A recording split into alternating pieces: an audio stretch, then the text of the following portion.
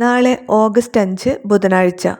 നാളെ വിവിധ ജില്ലകളിലെ വിദ്യാഭ്യാസ സ്ഥാപനങ്ങൾക്ക് ജില്ലാ കളക്ടർമാർ അവധി പ്രഖ്യാപിച്ചു. വിദ്യാഭ്യാസപരമായ എല്ലാ അവധികളെക്കുറിച്ചും അറിയാൻ നിങ്ങൾ ഈ ചാനൽ സബ്സ്ക്രൈബ് ചെയ്യുക. വീഡിയോ ഉപകാരപ്രദമായാൽ ലൈക്ക് ചെയ്യാനും ഷെയർ ചെയ്യാനും മറക്കരുത്. നാളെ വയനാട് ജില്ലയിലെ എല്ലാ വിദ്യാഭ്യാസ സ്ഥാപനങ്ങൾക്കും ജില്ലാ കളക്ടർ അവധി പ്രഖ്യാപിച്ചിട്ടുണ്ട്. റെസിഡൻഷ്യൽ സ്കൂളുകൾക്ക് അവധി ബാധകമല്ല. അംഗൻവാടികൾ, മദ്രസകൾ, ട്യൂഷൻ സെൻ്ററുകൾ, കോച്ചിംഗ് സ്പെഷ്യൽ ക്ലാസുകൾ, സ്കൂളുകൾ, കോളേജുകൾ എന്നിവയ്ക്ക് അവധി ബാധകമാണ്.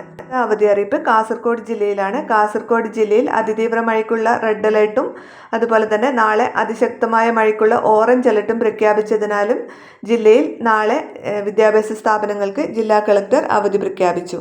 അടുത്ത അവധി അറിയിപ്പ് പത്തനംതിട്ട ജില്ലയിലാണ്. കനത്ത മഴയെ തുടർന്നും പ്രളയബാധിത ക്യാമ്പുകൾ, സ്കൂളുകൾ പ്രവർത്തിക്കുന്നതിനാലും ജില്ലയിലെ പ്രൊഫഷണൽ കോളേജുകൾ ഉൾപ്പെടെയുള്ള എല്ലാ വിദ്യാഭ്യാസ സ്ഥാപനങ്ങൾക്കും നാളെ 5/8/2026 ജില്ലാ കളക്ടർ അവധി പ്രഖ്യാപിച്ചിരിക്കുന്നു.